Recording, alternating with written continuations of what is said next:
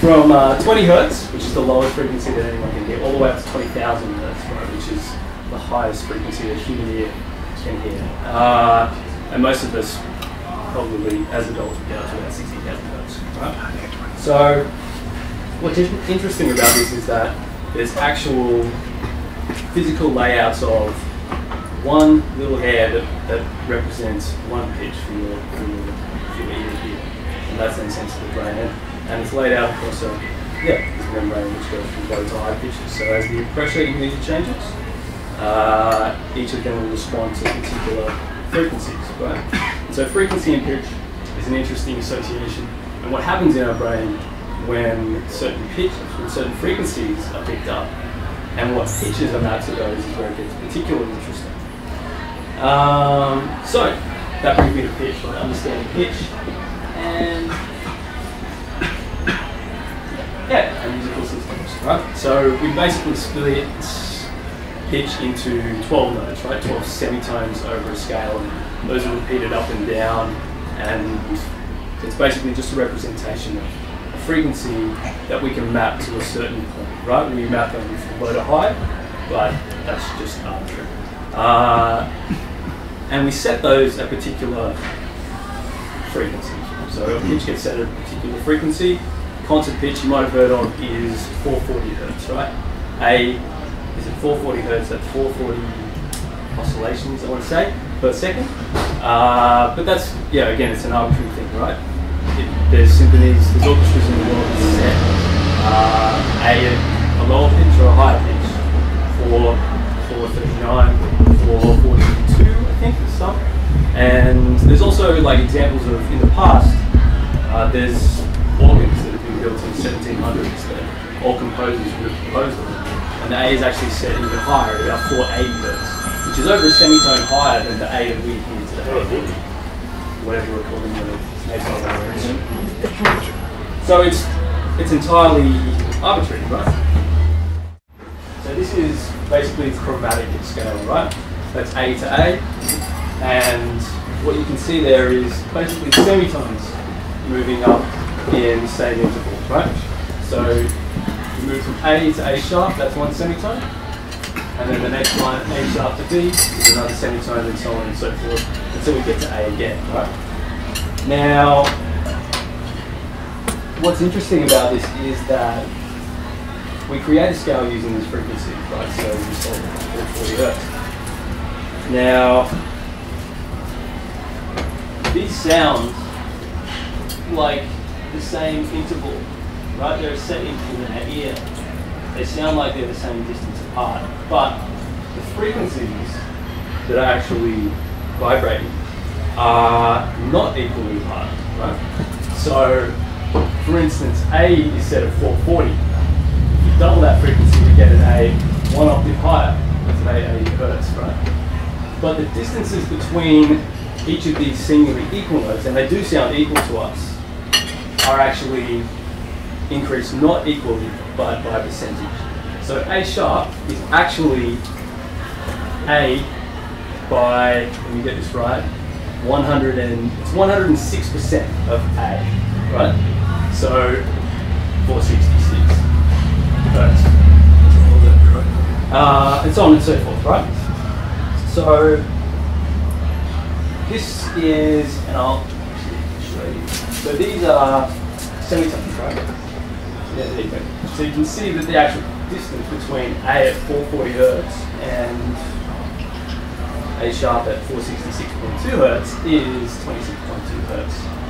They sound the same distance apart, but the next note up, A sharp to B, which sounds like the same distance, is actually 30.7 hertz apart. So what this means is that the higher up we go in terms of pitch, the further distance apart is between these two notes, right? Now, okay, so why is this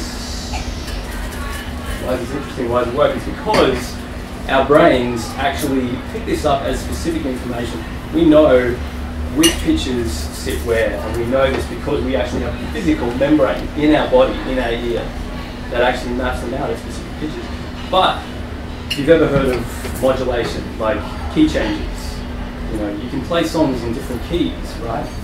the physical attributes of those songs, of those intervals that are happening in songs, sound the same when you move them from a low pitch to a high pitch. If you move a whole song up half a tone, just so a singer can get it in their range, the song sounds effectively the same, but they're actually covering a higher range of frequencies, right?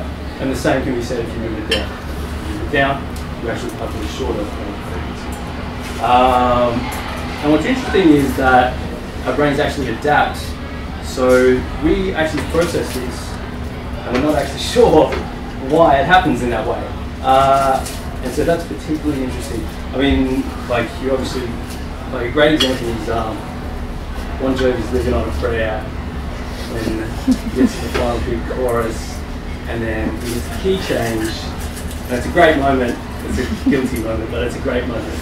And you still know you're in the same song, right? The chord progressions stay the same, the melody stays the same, but we move up, and the actual spaces between the frequencies becomes larger. So why does our brain do that? We don't actually know. We know the parts of the cortex that are actually mapped to specific pitches and specific frequencies, but we don't know why the relative changes when you move a song up a key actually happen. When we move something up, we don't know why the brain still recognizes it as what we've already heard previously. So I just want to give you an example very briefly of what that can do. I don't know if this is going to be loud or not. This is a different pleasure as well.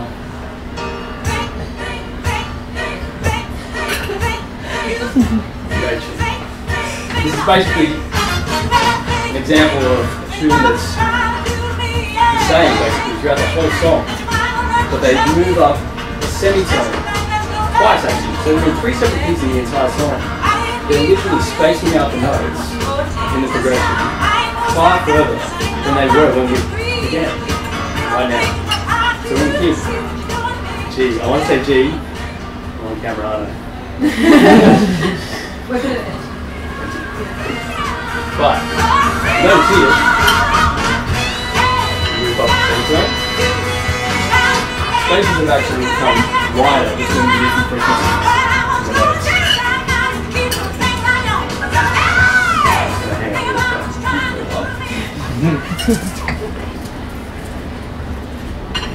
And again,